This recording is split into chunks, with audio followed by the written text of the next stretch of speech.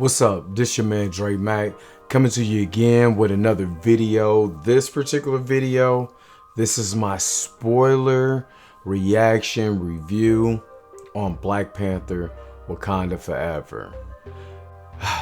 We're gonna get through this one, but the real question is, are you ready?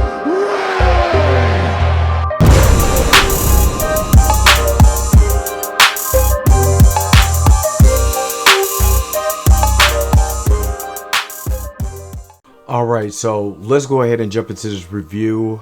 Spoiler warning for everyone, because I'm going to go into deep into this movie, certain things. So let me just start off by saying that literally the first 5 to 7 minutes of this, you need your tissue, because when I tell you they kick it off, they kick it off. And again, spoiler warning, if you don't want any of this, if you don't want to talk about this, go.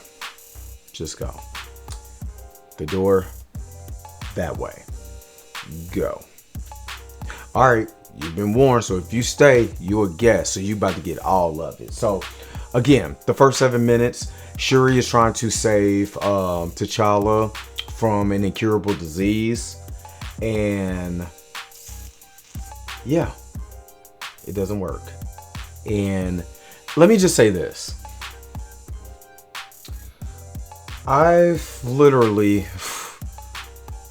it's been about 14 hours since I've seen this movie. Seen the movie, had to go to work, got off of work, doing a review, spoiler review, and the lingering thought of loss is still with me. That's how strong that opening 7 minutes was. Now, with that being said, I'm the type of person, if you don't know who I am, or you just now subscribe to my channel, I'm the type of person, I handle death a little differently.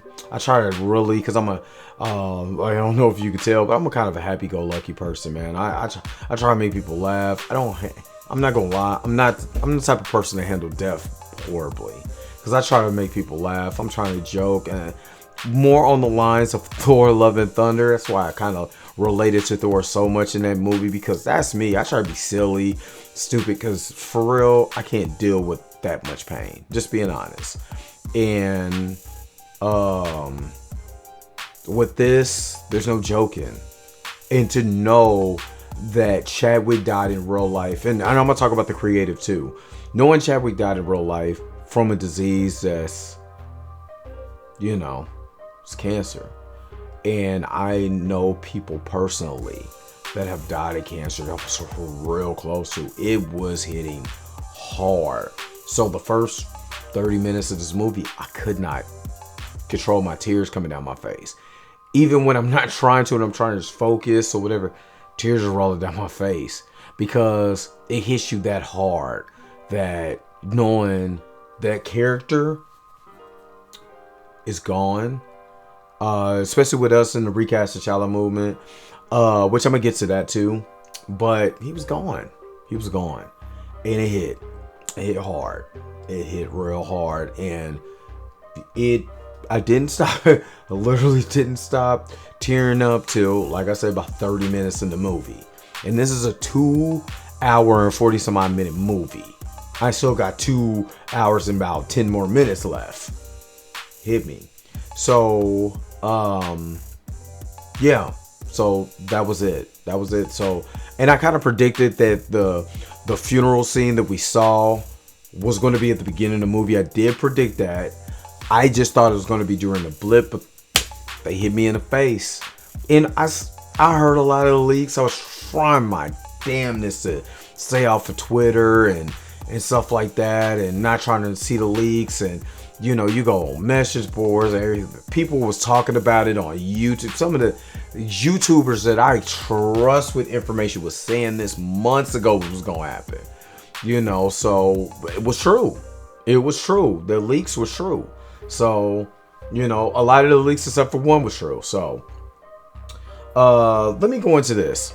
Let me go into some of the performances before I just get to that, because I wanted to say that. And again, I was knocking. I didn't want the real life tragedy of Chadwick to be the catalyst for this movie.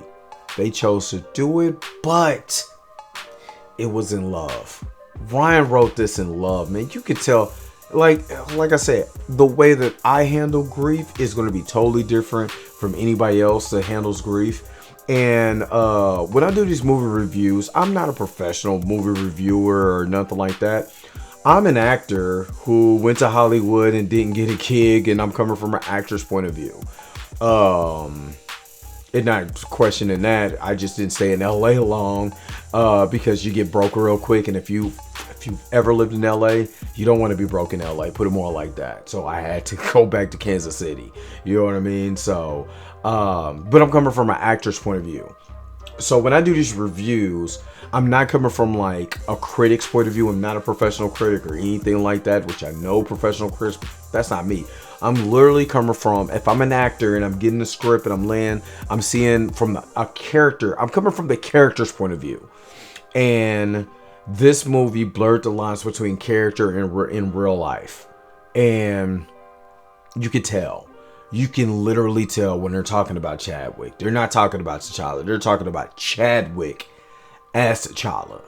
And at first, I was like, not really feeling that because, man, they didn't have to do it. They didn't have to do it. But I understood that was Ryan's way of honoring his friend. I can't take that away from him. I can't dog him because that's the way he grieved. And we shouldn't do that. We shouldn't take away Ryan's version of what he thought was best. I can't take that away from him. So as an actor, coming from the actor's point of view, if I knew that that's what the director and the writer wanted, I'm gonna give my best in that. And he did a great, phenomenal job at that. So let's just go into a couple characters that I like. I'm gonna go to the characters real quick. First of all, if Angela Bassett doesn't win an award for best supporting character, I don't know what. When you talking about bringing the thunder, and now this has been my fictional mama since American Dream, the Jackson story. So Angela Bassett been my fictional in Boys in the Hood. You know what I mean? So, you know, from What's Love Got to Do with all the movies she's been to. When I tell you Chadwick, I don't even want to start. I don't want to get emotional, but I knew Chadwick was smiling down on his fellow peers because that's how much they brought it. But man, did she bring it. And there's a lot of things that I liked, like when she talked to the UN and come to find out that opening, there's a scene where they're trying to steal vibranium. And or they go to the outreach center and they trying to jack the outreach center for vibranium, and she handles the Dora Milaje handles their business. And while she's talking to the UN and France is over there running their mouth about how, you know, Wakanda could be a superpower and blah blah blah blah blah, she bring in the French soldiers who went and tried to hijack them. Dope. The words, everything dope.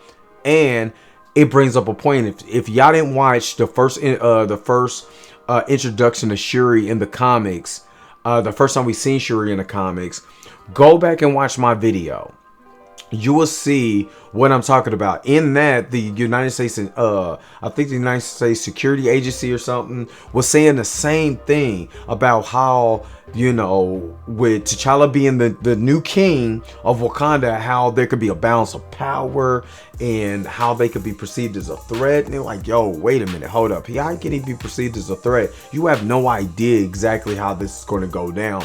But they were pushing an agenda. It was going to go out and get a special forces team to go out there and investigate Wakanda. And I'd be damned if somebody wasn't reading Reginald Hudlin's writings why he was drafting that script, the secondary script, because that's exactly the type of things that they were doing that led up to Doom War in the comics. So, so going back, Angela Bassett, phenomenal,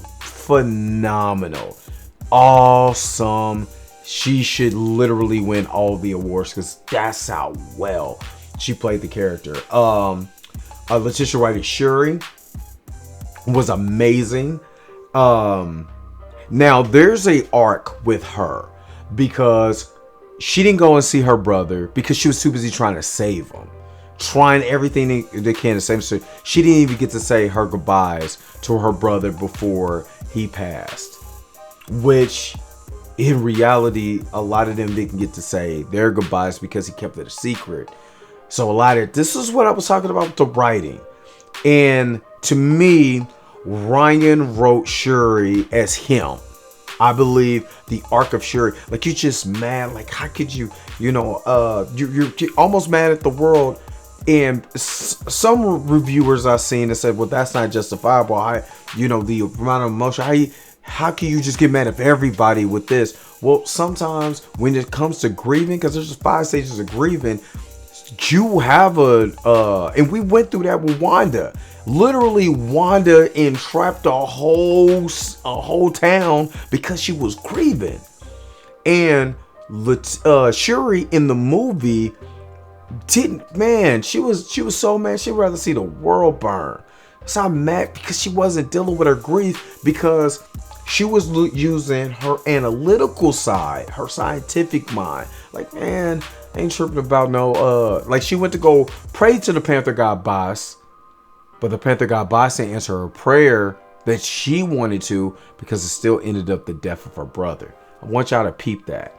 And when you have a character arc, and a character starts in the beginning one way, and by the end of the movie, we want to see the growth or the decline in that character. But there's whether the growth goes up or down, we want to see where this character starts and where she ends at. And she was quite upset. Justifiably so. But she was upset. And the way her character started to become is exactly how her character was in that Reginald Hudlin run. I'm telling you, that's one of the best runs. You should literally, if you don't read, if I was to tell anybody who's starting off with Black Panther, if you can read the 2005 run, read that run. Christopher Priest too, but for this particular context, yes. Let's go to let me see. Denai Guerrera as Okoye. Amazing. Again, amazing.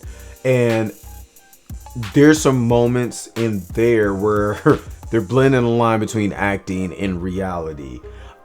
There's a scene where Shuri gets captured and Queen Ramonda has no idea where she's at, and she fires Okoye like, yo. But what both of them said was right in their own right, And this movie is very woman centric, but it's like the strength. It's like the strength of the black woman that coming from a black home, and you see, all these women. You see that strength of the matriarchy, and it was on full display, and it was amazing dialogue in those parts. Let me see. Let me go to Dominique Thorne as Ironheart. She's basically kind of like she's the point of view of the character. Like, if we were coming into this situation, was looking at it from her eyes. But she's not in it that much. It's not central focus on her. The movie actually focuses on Shuri's journey from the death of her brother to the end of the movie. But Riri Williams was kind of the comic relief. She's a fish out of water. She's seeing all this for the first time. And what's crazy is that I watched one reviewer, and he was amazed how they wrote into the story how Riri Williams, and she's basically the MacGuffin of the movie, because the Namor and the Tonicians, no, Tolokans, they want to, I don't know why I said that. The Tolokans, they want to go ahead and kill her because she created, just by happenstance, something that actually detects vibranium. And she did it just on the humbug. So, you know, just working in her lab at MIT. So, she was amazing.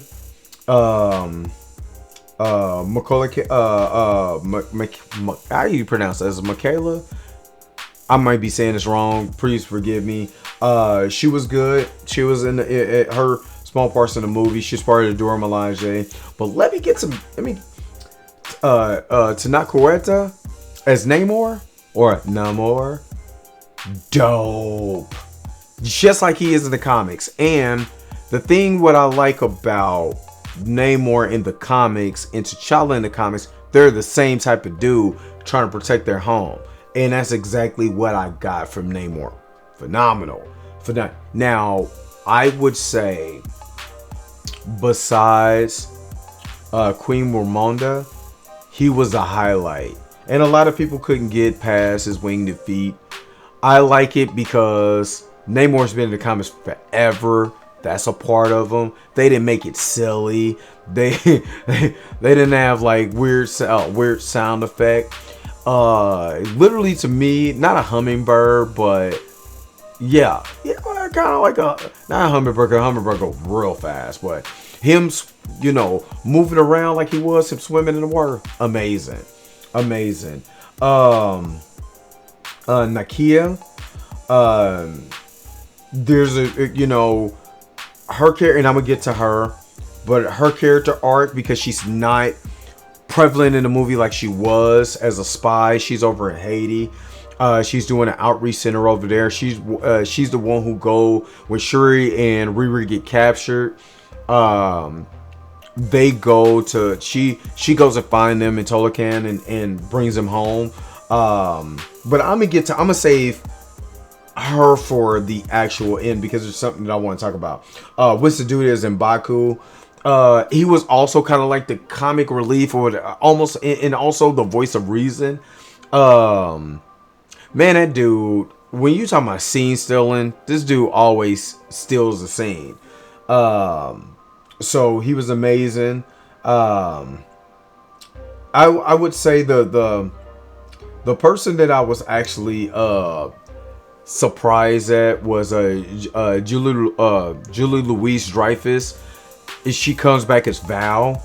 It comes to find out that her and Everett Ross was married and recently divorced. So that was new. That caught me by. I was actually kind of happy to seeing her because there's tying a bunch of threads together.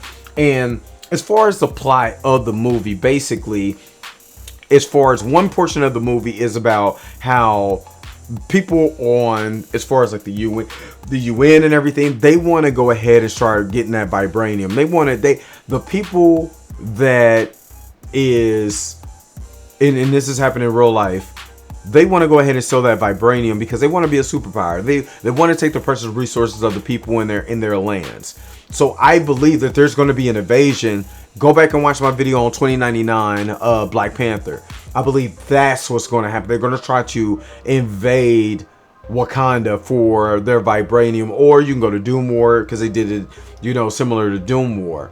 And I believe that that's what's going to happen. So that is what brings them into conflict with Namor, because they're trying to they're out there discovering vibranium under the, if you can't get it in Wakanda, let's go under the sea, and that's where they have to handle their business, and they blame it on the Wakandans, and the Wakandans like, oh well, wait a minute, well, Namor is like, yo, you got a girl, the scientist, so let me go ahead and kill her, and we ain't got to worry about this problem no more. You go your way, I go mine, and they protect her. So that was awesome. But I'm gonna be honest with you, Martin Freeman in this movie, I can honestly say, it's kind of forgettable. And there's nothing against him. It's just his character wasn't really doing too much, and he just was making some idiot moves. Like when he seen the Okoye beads, they're just sitting there. Everything and again, everything else is gone from that crime scene except for the beads. And the FBI and the CIA and all these other people, all these federal agents. Val is there, and you don't think that that's weird? That the only thing that they didn't get was the Komoyo bees, and come to find out, she was bugged him the whole time because she already knew that, you know, just like in the comics, he's always been kind of an advisor. He was kind of more of an ambassador during Christopher Priest's run to Wakanda. So, yeah, he was kind of an idiot.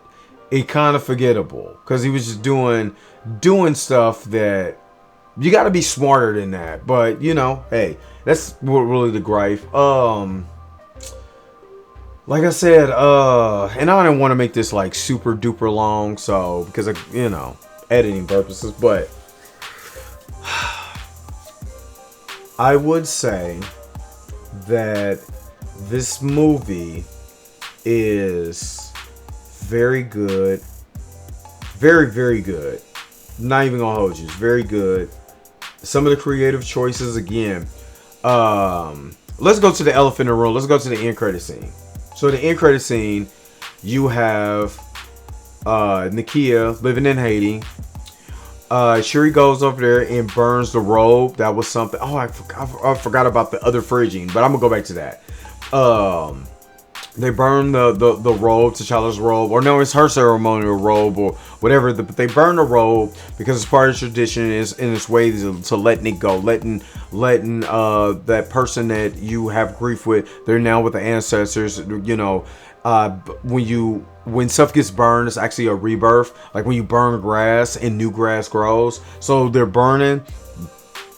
This is the end of the road for that version of T'Challa. And Nakia comes around and she introduces her son to Shuri. And just like this is your Aunt Shuri. So she Auntie Shuri or Shur or Riri, Auntie Riri.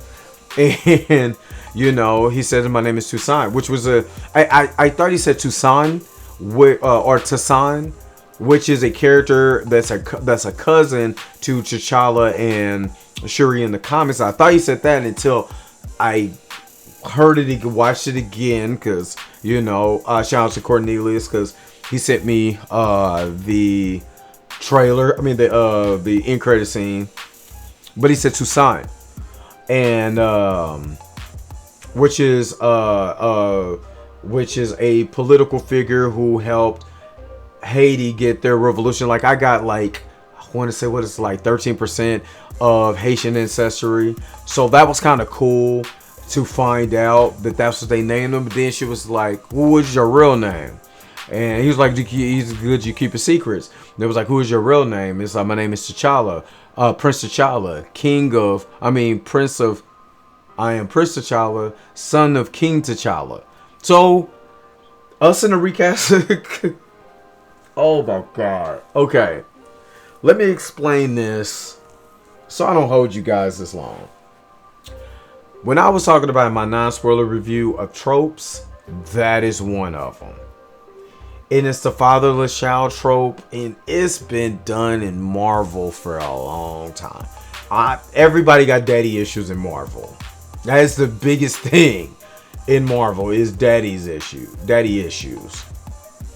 So, did I like it? I'm not gonna lie. At first, I was like, I didn't want T'Challa Jr., but they gave me T'Challa Jr., so.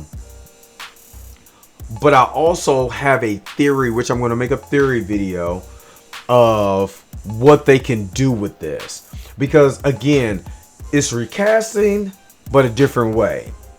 And they're gonna have to age up the dude quick. I'm sorry. They're gonna have to age dude up.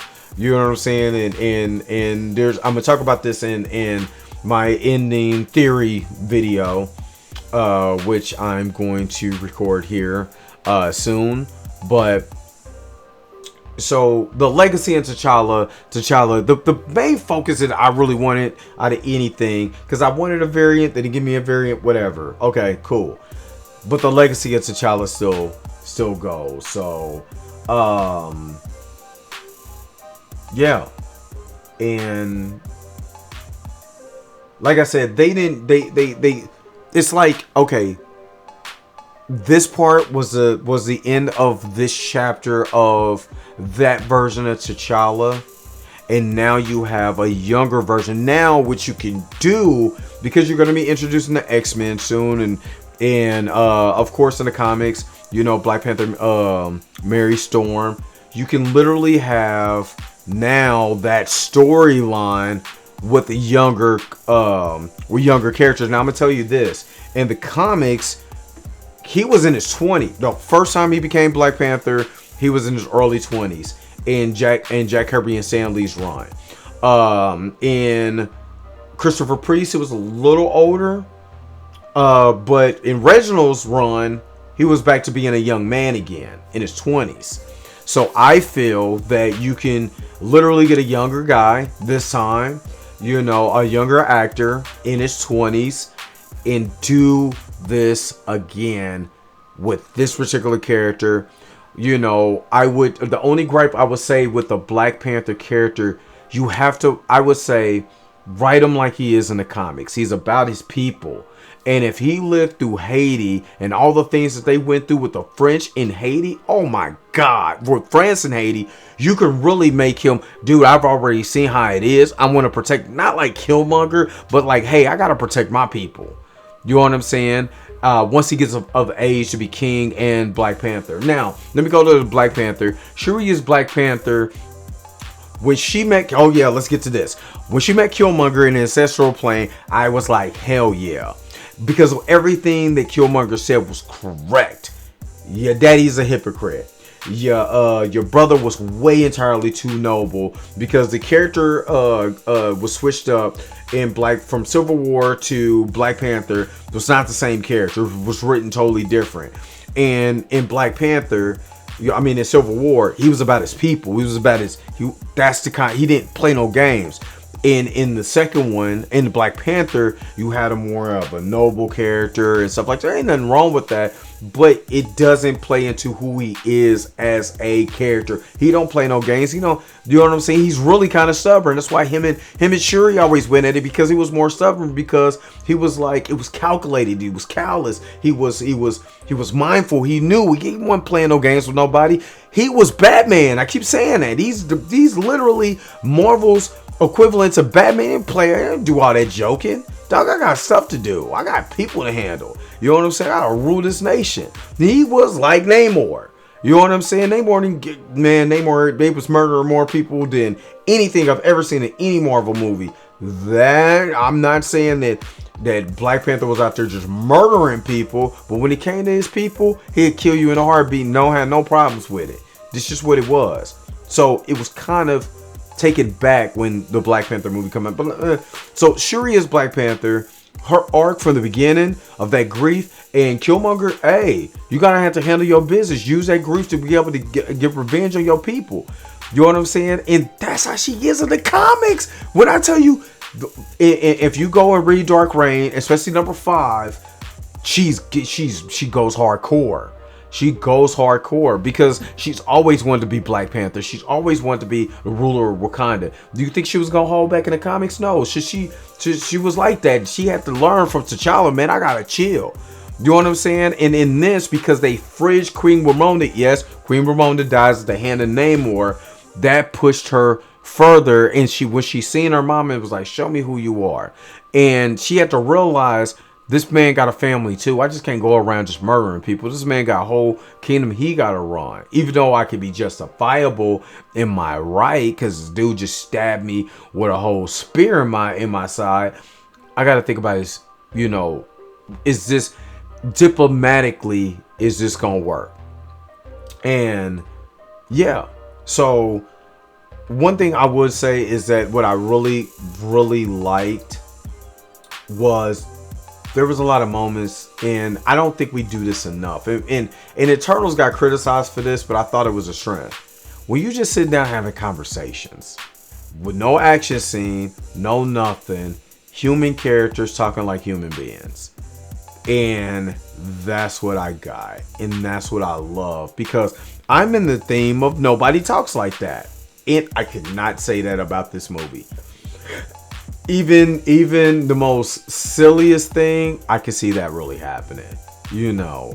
So I would, if I was rating this movie, I would say it's an 8 out of 10. And the only reason why I'm saying it's an 8 out of 10 because creatively, there's some things that I wouldn't do. Dre wouldn't do. Ryan, you did your thing on this one. The whole, you know, with the younger version of T'Challa now. Would I would have did that? No, honestly, because it's the single mother trope. And it was spoken upon, and that's why I can't get mad. It was spoken upon. That was the wishes of Chadwick. That, hey, take him to Haiti, get him away from all of this madness that I got going on, and when it's time, he'll come back. So, using some of the things I said I was gonna beat him up, I can't because I watched the movie and it was done amazingly. So I can't really be mad. I was gonna be mad about them using the real life death of Chadwick Boseman to promote and push the narrative of this movie. But man, when I tell you, you couldn't help but feel, even when Shuri becomes Black Panther, it ain't the same. I'm sorry. Like, I love Letitia Wright. You know what I'm saying? I love her performance on here. But you can tell they didn't. And one thing I did like, they didn't just all of a sudden she was just a badass. She was getting her ass kicked. She was getting whooped up on, which is good because she can't fight. She did a couple kicks or whatever, but that's not her strong. This is where she's cold-witted at as far as MCU. And using that anger, yeah, she was able to get some licks in and disable him and use her mind to be able to entrap him to make him weaker. But as far as her being Black Panther, that ain't her. That ain't her strong suit. And I think Letitia Wright actually kind of portrayed that even in the performance, that she just wasn't ready to be. She was Black Panther because it was a necessity. The people need a rallying cry. Just like in the 2099 run, that 2099 run, one shot that is on my channel. That's the kind of what that Black Panther ended up doing, taking the mantle of Black Panther because the people need a rallying cry. That was going to the council, and this is what it is. And she drops down, and she the Black Panther, and she's been working on that for a minute, but she had all kinds of other stuff that she had to deal with. Yeah, one day she knew she had to be able to don it, and she donned it, and she did what she thought was best. And a lot of people like, oh man, what was she angry for? What was she angry? Man, when you're going through, you don't care who you hurt. That's the human side of everything. Why do you think people go out there and shoot up and hurt people? Because they're hurt. That's why it says hurt people hurt people. So I wasn't mad at her because I understand, man. It's hard when you're dealing with so much loss. Her daddy, her brother, her mother. And you think she's supposed to walk around and just be jolly gee? You know what I mean? I mean, she's different from Thor. What people are kind of down on her for, you know what I'm saying? They really looked at Thor, was like, man, why are you doing this? They're both going through grief. And if you notice, the phase 4 is the grief. It's literally grief and understanding and finding yourself. Getting a better understanding from yourself. From even parts of She-Hulk that I like, it was a character growth of understanding. Wanda, character growth, understanding. You know what I mean? Facing yourself in Doctor Strange when he was facing himself. All kinds of things that you have to face for yourself. And even when it comes to grief, sometimes you have to literally face yourself and say, is this the right thing to do? And some people handle it differently than others, and that's okay. That's what makes the world different. So again, I like this movie, but I'm not gonna lie, if as far as it's so heavy and it triggers, I'm not gonna lie, if you're very triggered on emotions, it triggers you. Because I'm not gonna lie, I get triggered when it comes to death, because it's certain things, it's certain people in my family and my friends that I haven't got over their death. I just haven't. It's hard. I got over, I moved on, but when I think of a memory, or something happens, I'm like, man, I wish so and so was here. When they do them flashbacks and you start seeing Chadwick, and you know what happened, and as like I said, as an actor, and knowing what that cast had to go through, man, my heart pours for them. Ryan, Nate, and then again, creative side, yeah. Would I want a variant? Yeah. Do I want the trope of, and Grace Randall? I was watching her thing, and she was like, "Well, black people wrote it. We got to start writing that." But let me pause it. I felt that under the circumstances of what they were trying to do, and this was the best thing. I'ma live with it. Do I like it? No. But now I see there is possibilities of so much you could do with T'Challa.